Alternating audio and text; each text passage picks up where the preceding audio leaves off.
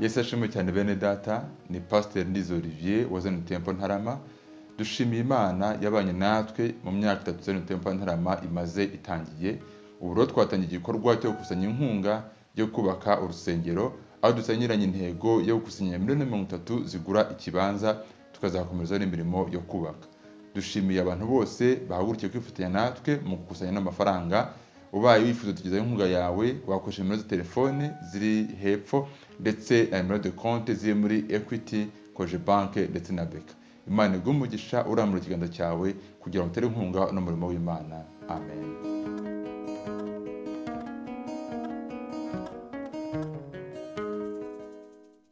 Dukomere Imana yacu amashyi menshi cyane. Haleluya, haleluya.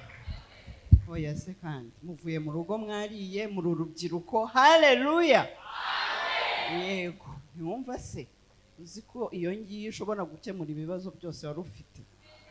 Haleluya. Turashima Imana cyane ko uyu munsi ari umunsi w'urubyiruko. Yego, komera Imana amashyi menshi cyane. Ntabwo ndi butwara umwanya munini kuko nkuko Pisa bivuze turava mu bwiza tujya mu bundi. Ibisigaye nibyo byiza kuruta ibyo mumaze kubona. Imana ishimwe cyane. Reka mbasabe muhaguruke twakire ijambo ry'Imana dusenge kugira ngo utaza kurangara. Haguruka, haguruka. Uru rubyiruko haguruka. Umushyitsi mukuru yabagendereye mu mwakira mwicaye. Yesu ashimwe. Ubu dufite umushyitsi mukuru witwa Mwuka Wera, witwa Imana Data, witwa Umwana Mwana, witwa Mwuka Wera. Ntabwo twamwakira twicaye. Yesu ashimwe cyane. Ndagusaba ngo wihangane uhaguruke wowe ukicaye. Tugiye kwakira ijambo ry'Imana. Ntawamenya wasanga uyu munsi ikibazo ufite kiri bukemukire mu ijambo ry'Imana tugiye kwiga ry'umwanya muto. Yesu abaho umugisha. Reka dusenge Imana. Turagushimiye Data mwiza, mu izina ry'umwana wawe Yesu. Duciye bugufi imbere yawe Mwami Imana yacu kuko turi abanyaminwe yanduye. Tweze udutunganye Mwami Imana yacu, imitima yacu uyitegurire kumva icyo tubwira muri uyu mugoroba. Reka Mwami Imana yacu amateka yacu ahinduke. Birashoboka yuko Mwami Imana yacu wahindura kubaho kwacu kukaba kwiza kuruta uko dusanzwe tukubona, cyangwa se ugahindura amateka y'ibibi tubamo mu ijambo ryawe. Uyu mwanya rero ni umwanya duteze amatwi kugira ngo Mwami Yesu imitima yacu ikire, imitima yacu ibohoke, imitima yacu ireme ubundi buzima bushya. Mu izina rya Yesu turasenze kugira ngo uwo wateguye ngo atugezeho ibivuye iwawe Mwami, ntagire na kimwe kimucika, ntagire na kimwe kigwa hasi ngo twe kucyumva. Mwami Imana yacu turagusaba ngo iki kirere kibe ikirere gitunganijwe nawe, ntagire kirogoya nimwe iboneka mu izina rya Yesu, kugira ngo Mwami Imana yacu tubashe kumva ubutumwa buturutse mu ijuru, buze busaga imitima yacu irusheho kukumva no kukuramya no kuguhimbaza no kukubaha no kukumvira. Ni mu izina rya Yesu Kristo dusenze kandi twizeye. Amen.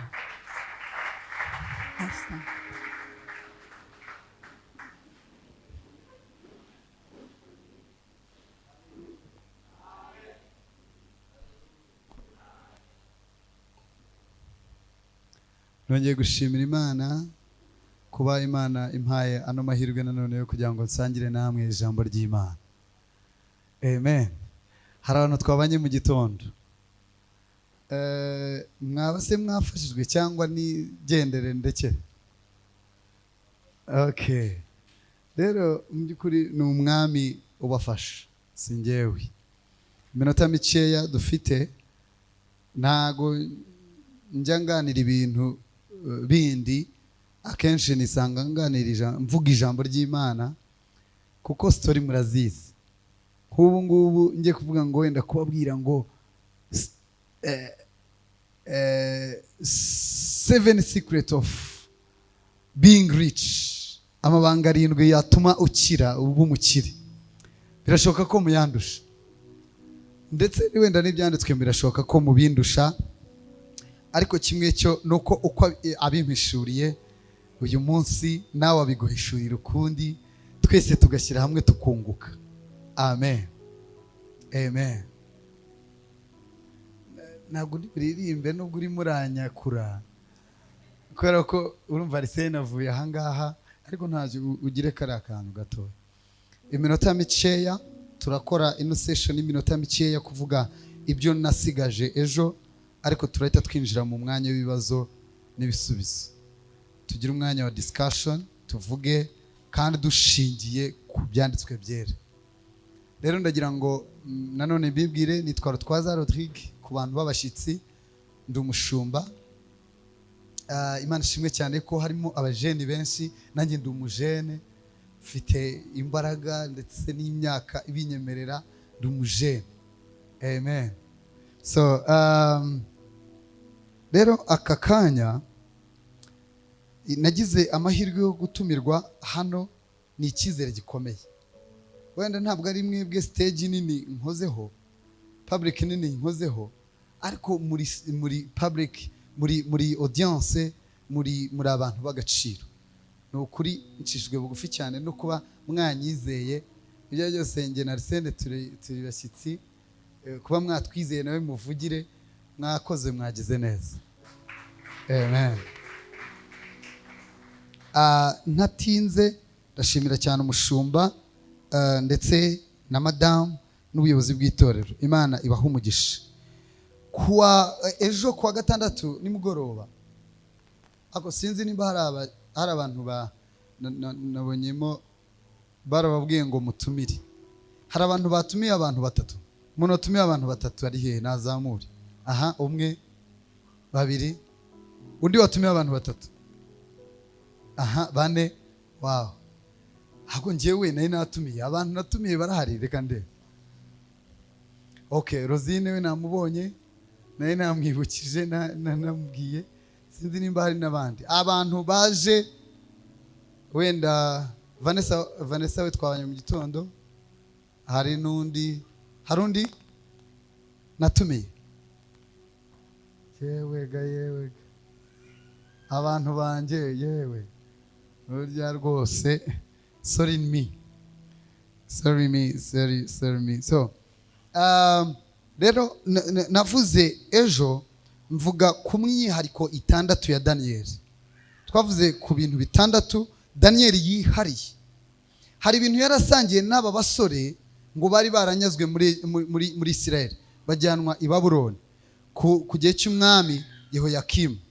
Iki gihe bari abahungu ngo bazi ikintu bari bahuriyeho, ngo bari abanyabwenge bigishijwe, ngo bazi kuvugira imbere y'abantu, ndetse ngo bari abana they were prince cyase byari ibikomangoma.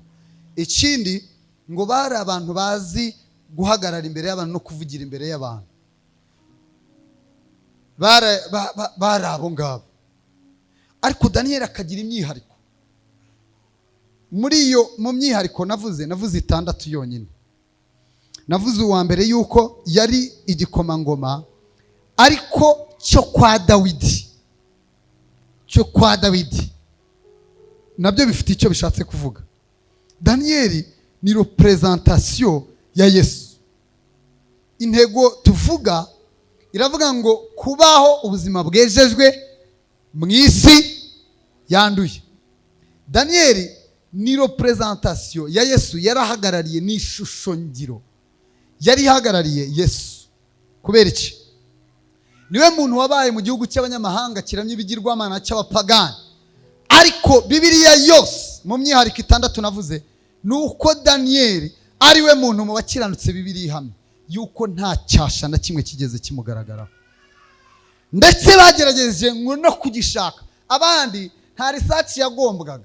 Ubwo se Salomo wakirirwa gukora research kuri we, ubona amabebi n'abana bose babyiganira mu rugo.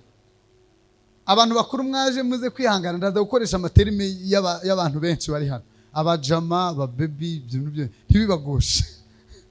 So abakuru twabanye mu gitondo, ibyo byose ibyo abakuru mwabiriye nyine ntacyo, muze kutwihangana nidushyiramo n'ibyo ngibyo. Abana basimburana. Hari umusore umwe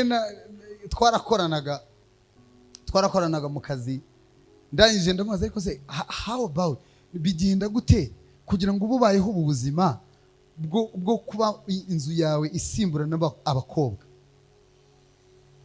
bigenze gute? Wumva nta kibazo ufite? Nari mbizi ko agifite, ariko ndashaka kugira ngo numve uburyo abitekereza. Arambwira ati ahubwo mwebwe mubayeho muti? Ampindura umusazi. Mwebwe ubundi mwebwe you don't live, ariko kandi yaravuze ukuri, ni ukuri ntitubayeho. Uzi ngo tubayeho se?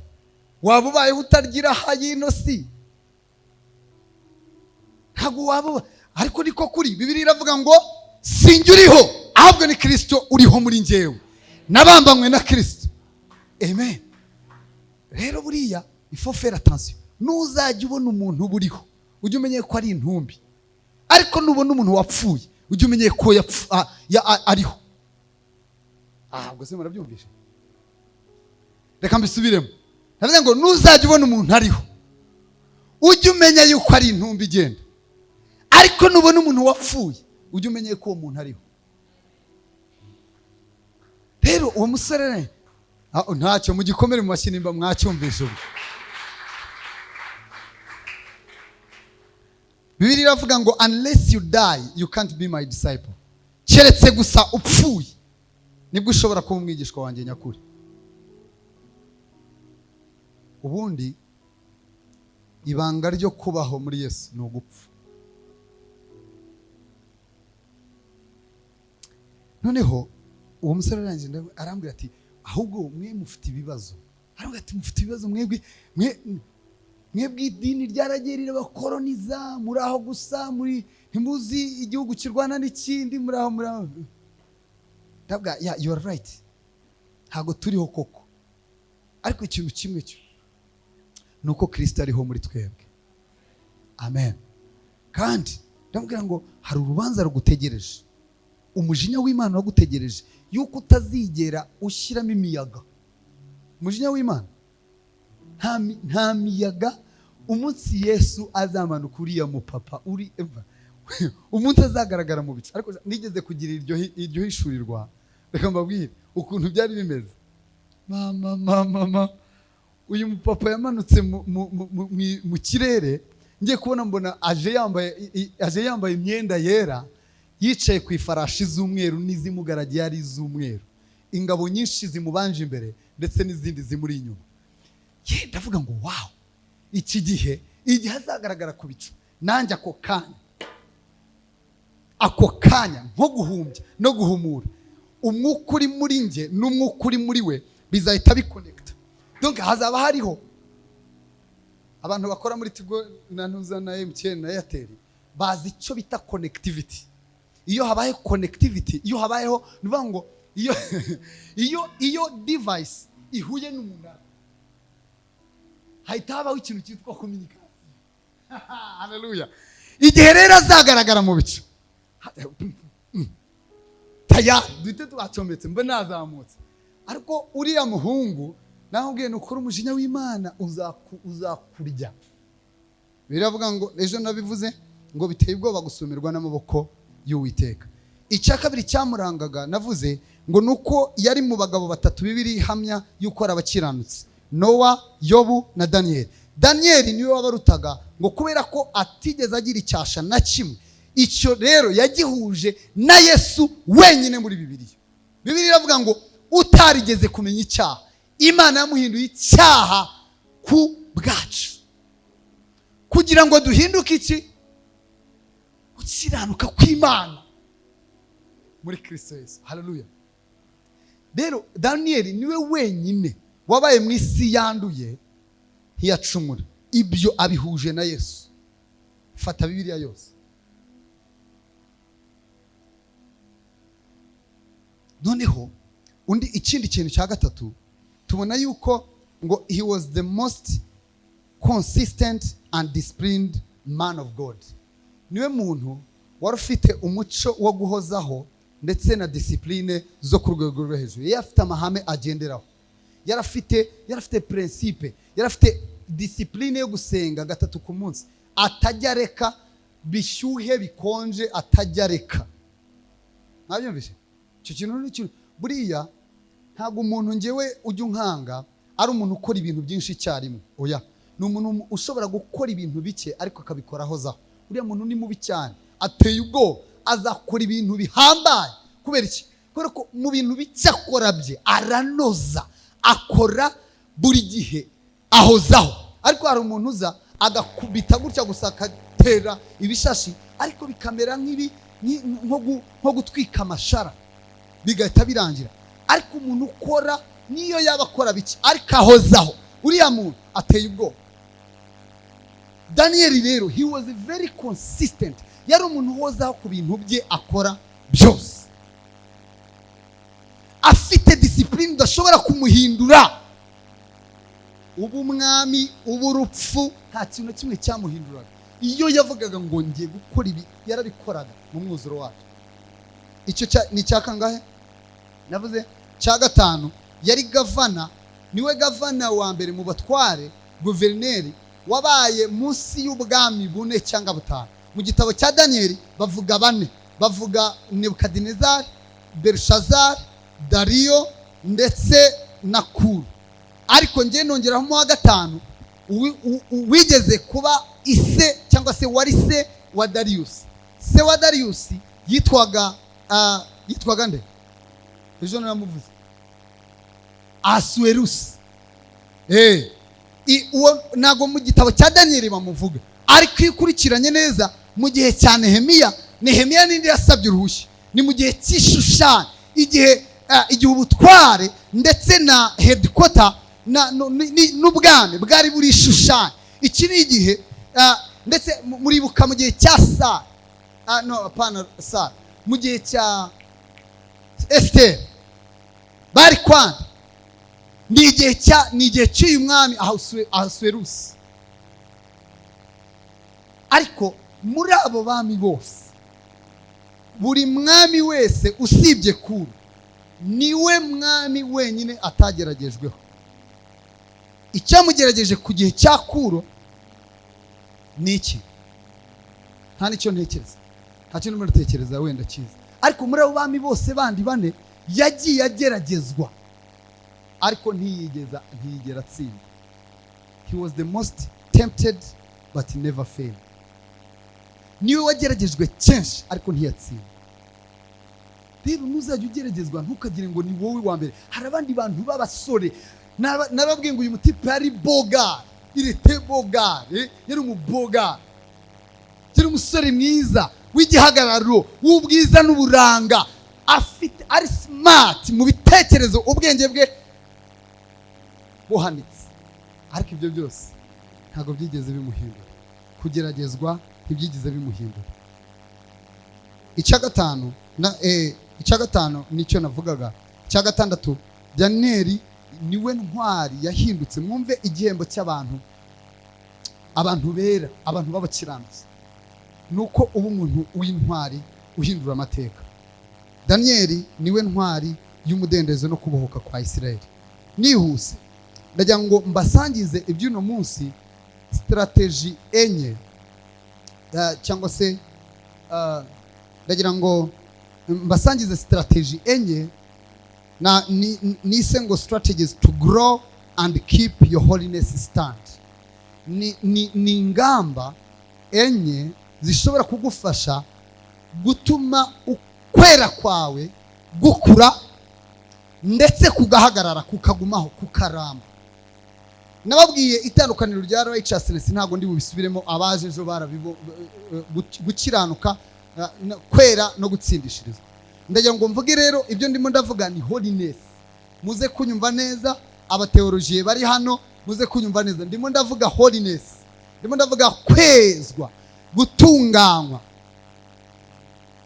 Ntago ndimo ndavuga gutsindishirizwa. gutsindishizwa tubihana tubibona ku buntu kubwo kwizera, ariko kwezwa turabikorera, tubyitaho, hari icyo dukora. Mu bintu bya mbere ahantu nabagarukirije nababwiye icyita rusange cyitwa kwiyemeza, ngo Danieli yiyemeje. Reka nongere nsome uyu murongo ubundi wumva ukuntu havuga kuri reka wenda nsome B yaho ego nako hose. Maze Danieli agambira mutima we kutaziyandurisha ibyo kurya by'umwana cyangwa vino cyangwa ari cyo cyatumye ariyo vino yanywaga, ari cyo cyatumye yinginga uwo mutware w'inkone kugira ngo atiyanduza. Uwo murongo niwo ngiye gusesengura gatoya muri ibi bintu bine. Icyambere ni ikintu cyitwa buriya kwiyemeza ni byiza, naribabwiye kwiyemeza ni byiza, ariko ntabwo kwiyemeza guhagije. Kwiyemeza mwumva ikigereranyo cyaho ni nka viziyo, ni nk'iyerekwa. Kugira iyerekwa ntabwo bihagije kugira ngo ubuzima bw'umuntu bugere ku ntego ashaka kugeraho. Afite kwiyemeza ni nko kugira viziyo, ni nko kugira icyifuzo, ariko icyo cyifuzo gikeneye izindi nkingi. Ngiye kubabwira nibura enye zishobora gutuma kwiyemeza kwawe gukiranuka uri bukure hano cyangwa se wafashe bishobora gutinda bikarama bitanyeganyeza. Icyambere, kugira icyo bikoraho. Iyo wiyemeje ntugire icyo bikoraho, bigumya kuba a wishful thinking, bigumya kuba icyifuzo, bigumya kuba ibitekerezo gusa. Ariko Danieli hari ikintu yakoze, ngo usomye muri Bibiliya y'Icyongereza iravuga ngo he requested, amaze kwiyemeza. Mwahasomye, sinzi niba musoma Bibiliya neza, ngo amaze kwiyemeza, he requested, asaba. Warutwa inkone ngo y'ibwami yari ishinzwe kubarinda. He did something, agira icyo akora. Iyo utagize icyo ukora ku kwiyemeza kwawe, kugumya kuba amagambo gusa ariko adahindura ubuzima bwawe. Ugumya guhora wikubita hasi, ejo ukongera ugahaguruka, ukongera ukikubita hasi, ukavuga ariko ubundi ibi bintu by'agakiza nta nubwo ngewe byankorera, ibi bintu ntabwo bishoboka, ugahita ubivamo. Kubera ko ntabwo ari ikibazo yuko agakiza kadakora, wananiwe gushyiraho strategy. Hari ikintu cyitwa iyo ufite viziyo ariko ntuba ufite strategy, iyo viziyo yawe ntabwo ishobora kugerwaho. Iguma mu bitabo, iguma mu nyandiko, ariko ntishobora kugerwaho iyo utashyizeho strategy cyangwa se ingamba, voilà, ingamba z'uburyo iyo viziyo izagerwaho. Dore rero kugira ngo viziyo ya Danieli igerweho ukuntu yabigenje, he requested, he worked out, yagize ikintu akora.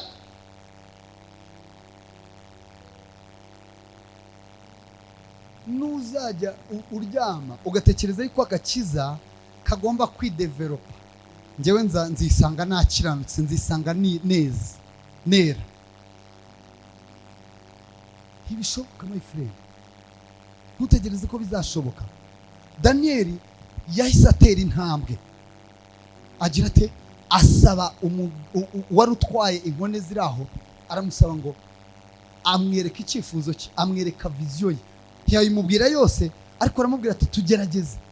Ukora iki kuba wiyemeza? Reka nkubwire, kuba wariyemeje gukiranuka, kuba wariyemeje gukizwa, ukora iki kugira ngo ugumane kwera? Urakizwa ufite agakope cyangwa se agakopine mukopana, mwarangiza ukagumana nako. How do you think yuko utazagumya kumukopa? Nimba mwarakopanaga muzagumya gukopana.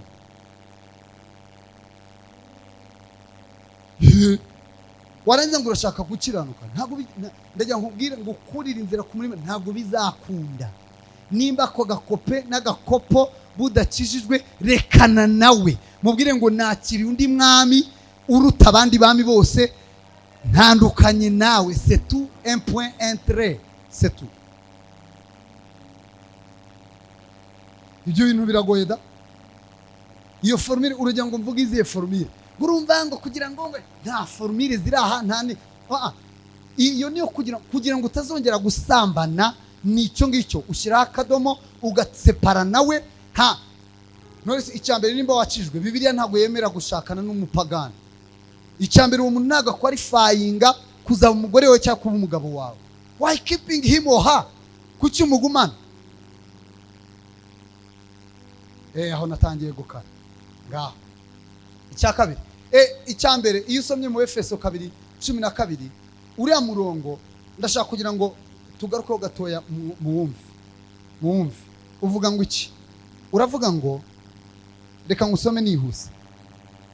Uravuga ngo nuko abo nkunda nkuko iteka ryose mwajyaga mwumvira uretse igihe mpari gusa, ahubwo cyane cyane ntahari, mube ariko musohoza agakiza kanyu. Icambe mutinya, muhinda umushyitsi. Haleluya. Muhinda umushyitsi, mube ariko musohoza agakiza kanyu. Mutinya, muhinda umushyitsi. Mutinya, muhinda umushyitsi.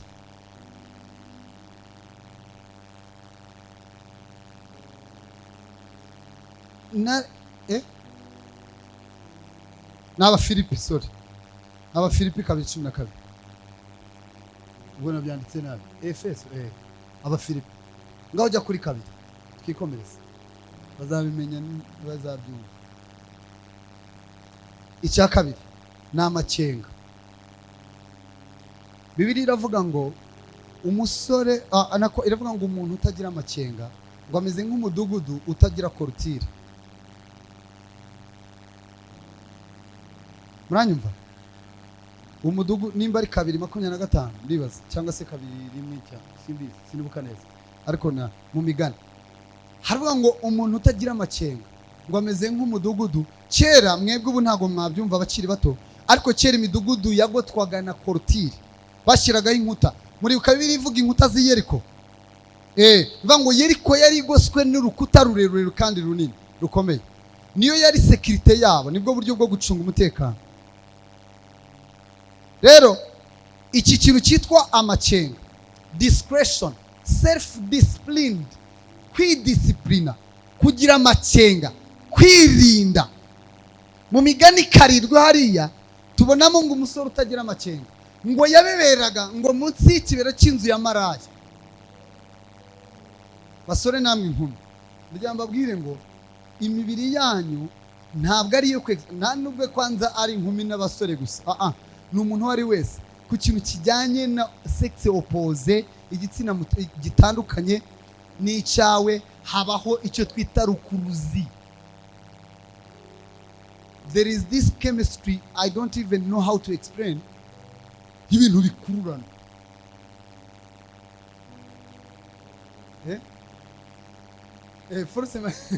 Force magnétique. Izi force magnétique rero Imana ufite ni kado Imana yahaye abantu, ariko kugira ngo bayikoreshe mu gihe gikwiriye. Mwabyumvishe? Iyo uyexpose irakudestroying, irakwica. Mwabyumvishe?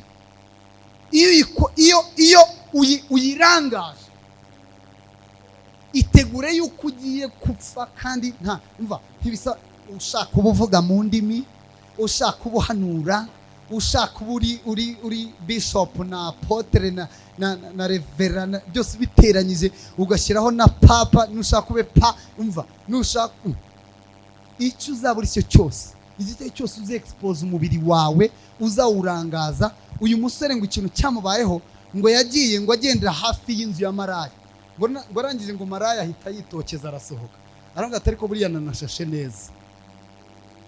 Mujya musoma Bibiliya, aramubwira ngo ngo nasase, ngo nashashe, ngo ibintu bidaraze neza, ngo ndetse ngo n'amashuka ngo y'ubwoya bw'umukara wa kabayonga, ngo ndetse ngo umugabo wanjye ngo ntawe uhari. Murabyumva? Uyu musore ngo bamutwara nk'intama bagiye kubaga. Niko kandi bose iyo bageze aho ngaho biba bimeze. niba warigeze kuhagera nta ubwenge ubwenge buba bwavuyeho, donc network iba yacitse. Reka mbabwire ndagira ngo mbabwire ngo uburyo bwonyine buhari bwo kudiscipline imibiri yanyu ni ukwirinda kuyiexposa, kwirinda kugira amakenga. Nutagira amakenga uzamera nk'uyu musore w'umupfapfa. Bibiliya iravuga ngo ni umusore w'umupfapfa. Twihute kugira ngo nze gusoza. Kane, kwitamba no gusenga. Iki kintu basore namwe nkumi, ndagira mbabwire ngo iri ni ibanga Daniel ryamuranze, ariko kandi natwe turiho uyu munsi. Nudasenga, I'm telling you, uzasengera. Ubuzima bwo kwitanga nk'igitambo, ubuzima bwo kwiyegurira Imana, ubuzima bwo kwirekura. Prayer, ubuzima bwarangaga Daniel ngo asenga 3 ku munsi. Iki cyagaragazaga dependance. Ngo Mana ntabwo nshoboye. Dore ikintu kidufasha mu kintu kimpagarika kuba hari abasore hano hari abasore batoya banzi byo byose. Sabe aranzi, Sera aranzi, hari n'abandi dushaka kuba tuziranye muri Zion ya Nyamata. Ntago muze abasore natangiranye nabo, mwebwe mwaje muri batoya, ariko ntago muze abasore twahagurukanye nanjye uyu munsi wa none barimo barasengera. Hari abantu benshi baguye ubu ngubu barasinda baranywiza yose, barirwa hano muri muri Nyamata. Bamwe bakubiswe n'imogi, abandi amasa. Dore ikintu cyonyine kidufasha kubana n'Imana. Ufite kubera kubana n'Imana, ufite nta munyembaraga urimo. Rutwaza si umunyembaraga, pastor runaka ntabwo ari umunyembaraga. Dore ikintu kidufasha ni ukuba gusa mu gitondo wahuye n'Imana ati nyabuneka Mana, fata uyu munsi kuko ndekuye nawe. Nanone nimugoroba kaza rimwe wakoze amadega, wenda ntabwo wakoze menshi, ariko uragarutse cyangwa se saa sita ubonye umwanya gusenga, urongera urasenga ati Mana ndi umunyamafuti. Kubera ko ufite iyo discipline, waba wacumuye utacumuye urajya kubonana n'Imana. Iyo ugiye kubonana n'Imana rero biroroha, uyibwira intege nke zawe ikakubwira uburyo wazinesha. Ntabwo urambira mu ntege nke usenga. Donc uko ugiye imbere y'Imana, Imana ibifite icyangwe iragukuba.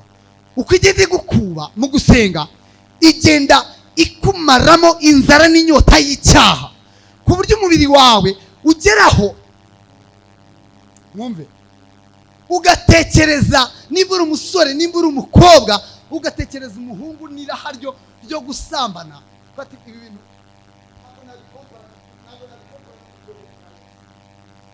bikageraho uburyohe bwa Yesu bukakurutira kuryamana n'umukobwa mwiza w'igitangaza, bikakurutira kuryamana n'umusore w'igitangaza. Wakompara ubwo buryo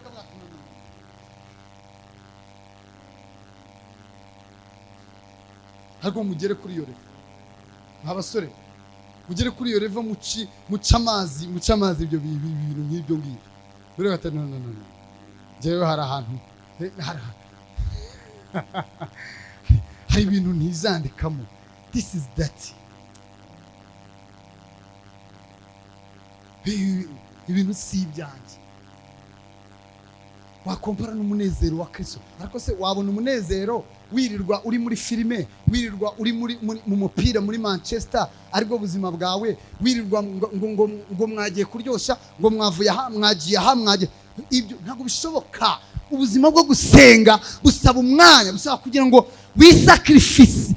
wisacrifiye, utanga umwanya wawe, utange umubiri, wemere wiyirize, wemere ubambe kamere nihaguruka ugende uyisubize ku musaraba, uvuge ngo ntabwo ugomba kubaho, Kristo niwe ugomba kubaho. Next, Abaroma 12:2. Ndabinginga kubimbaze ngo mutange imibiri yanyu ibitambo bizima byera kandi bishimwa, ngo niko kwikorera kwanyu gukwiriye. Komeza. Kane aricyo cyanyuma, gusoma Bibiliya. Devote yourself to the Holy Scriptures. Mwumve neza, Yohana 17:17 avuga ngo iki? Haravuga ngo ubereshe ukuri, ijambo ryawe ni ryo kuri. Murashaka kwera, ariko nimba mudahuye n'ikitweza aricyo jambo ry'Imana. And again, I'm sorry to say, ariko forget about holiness. Wibagirwe kwera niba utabana n'ikitweza aricyo jambo ry'Imana. Bibiliya. Iyi Bibiliya iyi. Ntimutekereze ko ari igitabo gusa. Iki gitabo ngisoma buri munsi. Kabiri ku munsi mu gitondo na nimugoroba. Buri munsi. Mfite principe ivuga ngo no sleep, no Bible, no sleep. Harasoma Bibiliya ntabwo nemerewe kuryama. Harasoma Bibiliya ntabwo nemerewe gukoresha telefoni mu gitondo. Mwe murazana imikino. Wishira ku gisirikare kuvuga ngo ntabwo uri bukoresha ibi bya WhatsApp ngo za message, ntabwo uri busome message, ntabwo uri bujye kuri WhatsApp, nturi bukoreshe telefoni ikindi cyari cyo. Kubera ko nabonye yuko mu gitondo umuntu agikango atagakurura. Ni njyewe nyine se namwe turabazisha. Tujya kureba ka sheriko yakoherereje kajo teme kamoni. Ni yaba yakohereje yaba atakohereje, banzu ujye muri Bibiliya uhure na sheri w'abasheri, utanga abasheri ari we Yesu Kristo. Yes, ibyo niko nibwe nawe ngo nta telefoni utarasoma Bibiliya, nta gusinzira utarasoma Bibiliya. Kandi I do it. Reka nanasoreza hano kwanza. Imana ibahe umugisha. Kadukomere Imana amashyi.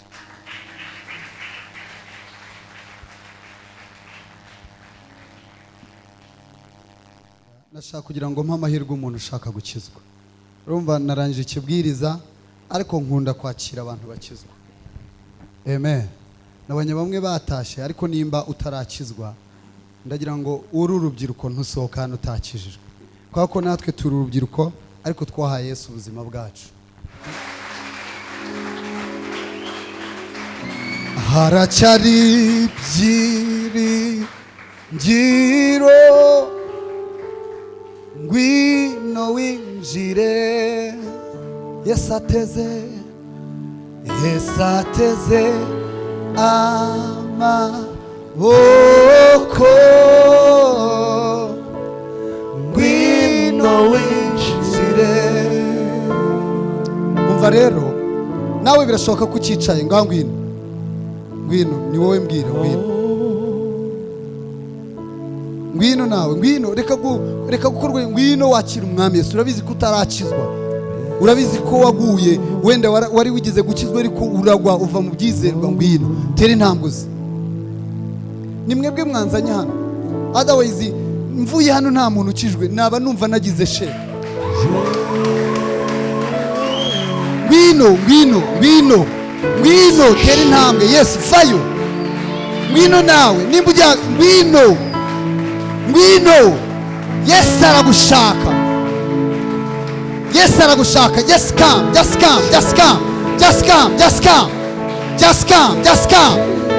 Stand here. Ahagarare hano. Ego. Hagarara.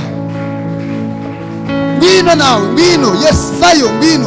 Yesu aragutegereje. Yesu aragushaka. Reo kotandele boshata. Hagararaho. Hallelujah. Satana kozwe n'isoni. Hallelujah. Yes. Azaf. Yesu wapi? Juu sana. Hallelujah. Ngo muyizi we. Yesu wapi? Juu sana. Shetani wapi? Chini sana. Uba arimo arahekenya inzembe byamucanze abantu b'abasore nk'aba ngaba kubaha babaha Yesu. Eketaya rabakonde. Hagarara. Horobo shaka ya bose. Umva nimba nawe ugihagaze aho ngaho ukicaye aho ukaba utarakira umwami Yesu wiyemera, ndajya nkubwire ngo Yesu aragushaka. Yesu niwe superstar, azahora ari superstar. Yesu niwe superstar,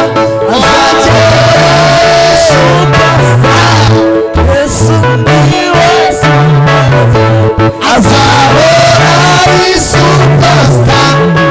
Wanje mwijuru ni superstar, mwisi yose ni superstar, mikuzimu ni superstar. Haleluya, haleluya. Mukomere Imana amashyi mu izina ryayo.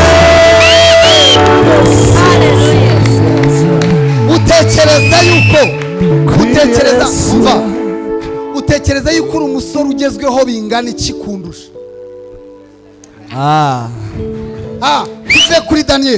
Tuve kuri Daniel tujye kuri Rutwaza. Undusha iki? Amafaranga? Undusha iki? Undusha amashuri?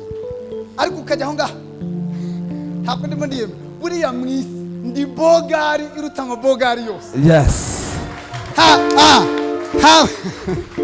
Mwumva ikintu nirata ni ukubera ko Yesu atuye muri njye. Hallelujah. Nawe niba wari usigaye vayo, nimba wari usigaye vayo, ni wowe wanzanye. Ntabwo nari kuva i Butare, ukuntu byamvunnye kuza.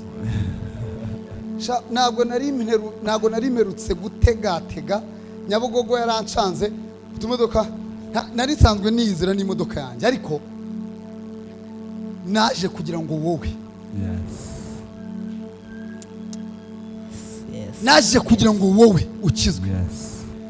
Ntabwo naje hano muri business. Oya, business yanjye ni ubugingo. Niyo business. Ubu ngubu nungutse, ubu nakoze deal kubona hari umuntu wakiriye Umwami Yesu. High five, high five. Wakiriye Umwami Yesu. High five, high five. Wakiriye Umwami Yesu. Félicitations, félicitations, félicitations, félicitations, félicitations. Reka mbabwire, icyemezo mufashe ntabwo muzigera mucicuza. Hallelujah. Njyewe nuko natangiye nanjye, byatangiriye aha ngaha. Ndaza nakira Umwami Yesu, nabibabwiye yuko nagotomeye na Primus na nakijije. Ariko kuva igihe nakijije, ubuzima bwanjye bwarahindutse. Imibereho yanjye yarahindutse. Murebe bano bakobwa n'abahungu ukuntu ari beza. Mwababonye abaprotokole hano n'abakobwa n'abahungu b'abasirimu, ntabwo bibakoje isoni kuba barakira. Nawe kuba wakira Umwami Yesu, this is the best decision wa making. Zamura amaboko yawe, zamura ibiganza byawe, zamura ibiganza byawe.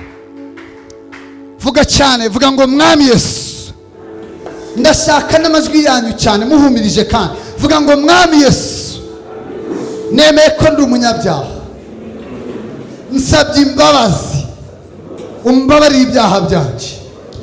Nabaye nk'umwana w'ikirara, njya kure yawe, nkora ibyangwa n'amaso yawe. Ariko uyu munsi nisubiyemo, nitekerejeho, ndetse natsinzwe n'ijambo ryawe. Nsanze ndi umunyabyaha, none nikubise imbere yawe ngo umbabarire ibyaha byanjye. Uyu munsi ndakijijwe, ndakwakiriye. Muvuge cyane, ndakwakiriye nk'Umwami n'Umukiza w'ubuzima bwanjye. Guhera uyu munsi mbaye icyaremwe gishya, mbaye umwana w'Imana. Ibya kera byose birashize. Nizeye ko Yesu ari we Kristo, kandi nizeye ko Yesu ari umwana w'Imana. Nizeye ko yapfuye akazuka kubw'ibyaha byanjye. Uyu munsi ndakijijwe, sinzasubira inyuma.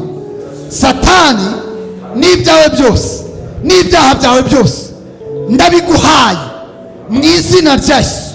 Ndabyihakanye, sinyira uwawe, sinyira umunyabyaha, ndi umukiranutsi. Guhera uyu munsi mbaye umwana w'Imana. Izina ryanjye rikuwe mu gitabo cyo kurimbuka, ryanditswe mu gitabo cy'ubugingo, mu izina rya Yesu. Amen. Reka nakira umushumba abasengere isengesho, ndetse anabahe advice y'akanya gato, ubundi abereke n'uburyo mufashwa. Uyu munsi mwakijijwe, urubanza rwawe rubariho rubavuyeho. Imana bagire neza ibahe umugisha. Haleluya. Dukomere Imana amashyi menshi cyane ku bana basore n'inkumi.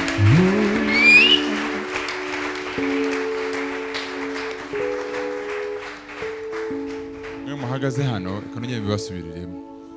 Kwemerera ko Yesu ayobora ubuzima bwawe nicyo cyemezo cyiza kiba mu isi wazakora ukiri mu isi ugihumeka. Kizagira agaciro uri mu isi kikanakagira warayivuyemo. Niyo nzira yonyine yo kuba mu isi yanduye kandi uguma wejejwe.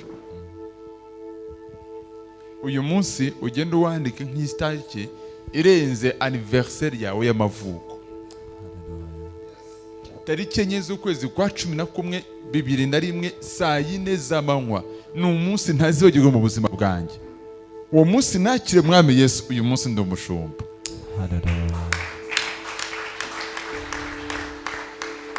Nari muri secondaire, ntabwo nari umuntu ukuze cyane, imyaka ntiyari kure yanyu uyu munsi mufite. Ariko uwo munsi umutima wanjye watashyemo amahoro. Uwo munsi nahindutse umuntu unesha. N'ibyari amatekanye byarahindutse. No mu muryango wanjye inyenyeri ijya ku ruhanga rwanjye. Uyu munsi ndi umugisha. Ariko nibuka ijambo rimwe Alex Rutonesha yajyaga mukunda kumbwira, arimba muri robot, harimo abantu bamuzi. Yambwira ngo Olivier, ngo nudasenga uzagwa. Nudasenga uzagwa. Hari ibintu byatumaga ntinya kuruta ibindi. Numvaga ntinya aho nturutse kugira ngo ntazasubirayo. Nkashaka n'Imana umwete mwinshi, nkareka kurya no kunywa kugira ngo nitoze iby'ubwami ninjiyemo. Kwiyiriza ntabwo ntibihesha agakiza, ariko bitoza umuco w'agakiza. Gusenga ntibihesha agakiza, ariko bigutoza kuba mu gihugu cy'abakijijwe. Imana bafite umugambi munini n'ibyiza bakoresha. Uyu munsi no munsi mwinjiye mu murongo wo gusoza iby'Imana bakineyeho mu isi. Imana ibahe umugisha cyane. Mwakoze guhitamo neza, maze ntimwite kuba bazi nabonye murimo kuza ahangaha. Hari basubiramo ngo yo ngo nawe wagiye ngo none umwana akana ngo nutura turi ngo twiganwa nushize wari wagiye shanda abizi nushize wari wagiye. Don't care, ntubyiteho. Gukizwa n'ubusano bw'umuntu umwe gusa n'Imana ku giti cyiwe. Yesu abaho umugisha rero. Yesu abaho umugisha. Yes, umwuka wera agwire mu mitima yanyu. Muri mwe harimo abantu babitse umugambi, harimo abantu bazahesha abantu benshi, bazerekana benshi inzira y'agakiza muri mwebwe. Imana gukizwa nasubiye kwicara ntangira kubona n'utwakina na karate. Mutandeba gutya. Twakina karate. Abantu najyaga nkocinga muri karate. Bakavuga nawe byageze ngo ndeka karate, ndeka imikino kino kuko ntago nabikoraga ndimo kwiyiriza ngo bikunde. Bizafata gufata ibyemezo bimwe na bimwe. Uko umwami dusanga ni umwami w'amahoro. Ni umwami weza ibyaha. Ni umwami ukuraho imivumo, ni umwami ukuraho karande, ni umwami ukuraho ibyaha, ni umwami utanga imbaraga, ni umwami weza, ni umwami uboneza, ni umwami uvura ibikomere, ni umwami uvura inguma, ni umwami uhagarara aho abandi bashitse mu buzima atabonye bahagarara. Nimuzamure ganza amasengero. Mana yanjye yo kwizerwa, ndagushimiye kubw'abana basore n'inkumi Mwami bazamuye ibiganza byabo nk'ibiganza byo kuvuga ngo turatsinzwe uyu munsi, turakwemeye Mana, turakuramije, turakwakiriye muri twebwe. Ndabasengeye Mana mu izina rya Yesu, kino cyemezo bafashe mu buzima bwabo ntikiri icyemezo cy'imikino, aho kiri icyemezo cy'umunsi wo guhindurirwamo mu izina rya Kristo Mwami. Muri bo hatangira kuvuka no gukura mu izina rya Kristo umugambi w'Imana muri bo, kugira ngo mu izina rya Yesu bahinduka batsinzi bo kunesha mu nzira z'umwijima. Mwami Mana njye mu ijuru kugira ngo ahantu hari umwijima uyu munsi hataha umucyo mu izina rya Yesu Kristo. Mwami umutima wa Zakayo, abaturanyi be, abakozi be, abakonaga nabe Mana bose barabimenye yuko Zakayo yakira umwami Yesu mu rugo rwe. Kristo Mwami umunsi nkwakira iwacu barabimenye yuko Mwami ubuzima buhindutse. Ndabasengera mu izina rya Yesu mugore kuri uyu munsi Mwami, inshuti zabo, ababyeyi babo, abaturanyi babo Mwami Yesu bamenye ko uyu munsi bavutse bundi bushya, bakire umwami Yesu,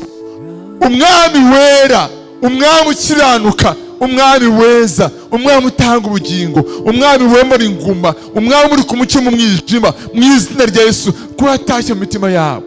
Ijambo ryawe mwami ribahamya neza ngo uyu muntu muri Kristo Yesu abahindutse icyaremwe gishya, ngo ibyakera bishize mwami. Ndasenze mu izina rya Yesu ngo ibyakera byabo birangire, basaba inyota yo gusabana n'Imana mu izina rya Yesu. Mwuka wera muri bo taramo inyota yo gukunda Imana no gusenga no gusoma ijambo no guterana no guhura n'abera mwami mu izina rya Yesu. Mwuka wera bazinure ku nshuti mbi, bazinure ku byo bavuga mu izina rya Yesu Kristo. Uyu munsi imitima yabo ibyo suzeraga Mana yacu bihinduke mu izina rya Yesu, kugira ngo ishema ryawe, ikibero cyawe mwami kijye mu buzima bwabo.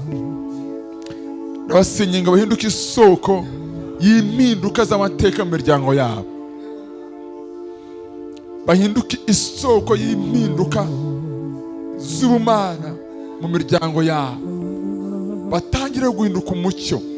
Benshi uzabona nk'ikigero cyabo nk'urugero rwiza muri bo mu izina rya Yesu Kristo. Ababakuriye n'abaruta mwami Imana yanjye bose bazamenye ko bano bantu bakiriye Yesu mu buzima bwabo.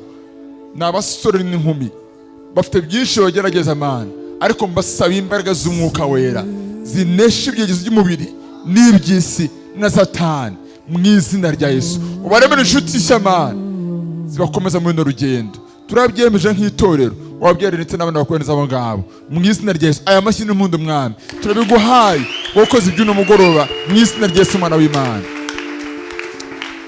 amen. Mutaragenda reka mabwire ibanga rimwe gusa rya nyuma: muhindure inshuti, muhindure inshuti. Aho utinda usa naho. Nimutinda mu rusengero, nimutinda n'abakishijwe, ururimi ruzahinduka, imigenzereze izahinduka, ubuzima buzahinduka. Tugiye kwandika amazina yanyu.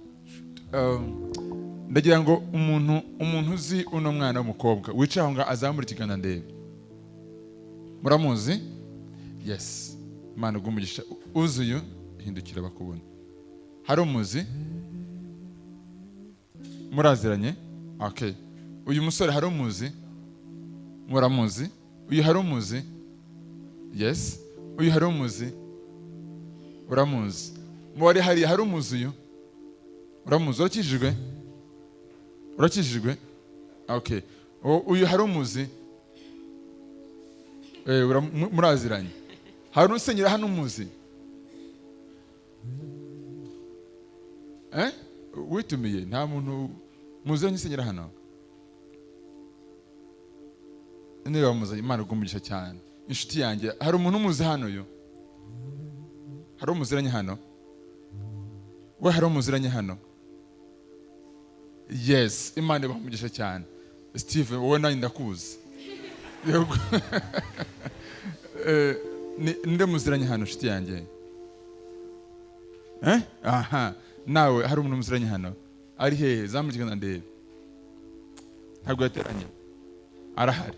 Now, impamvu mbabajije ni ukugira ngo mubone inshuti zizajya zibazana mu materaniro ibihe byose, zikamenyeshwa no kubyo nunabyibagirwa ubona ka message kamwibutse. Wewe muntu uzi no muntu wasengeye ahangaha, umwuka w'Imana aguhaye inshingano zo kuzatuma uno muntu akura.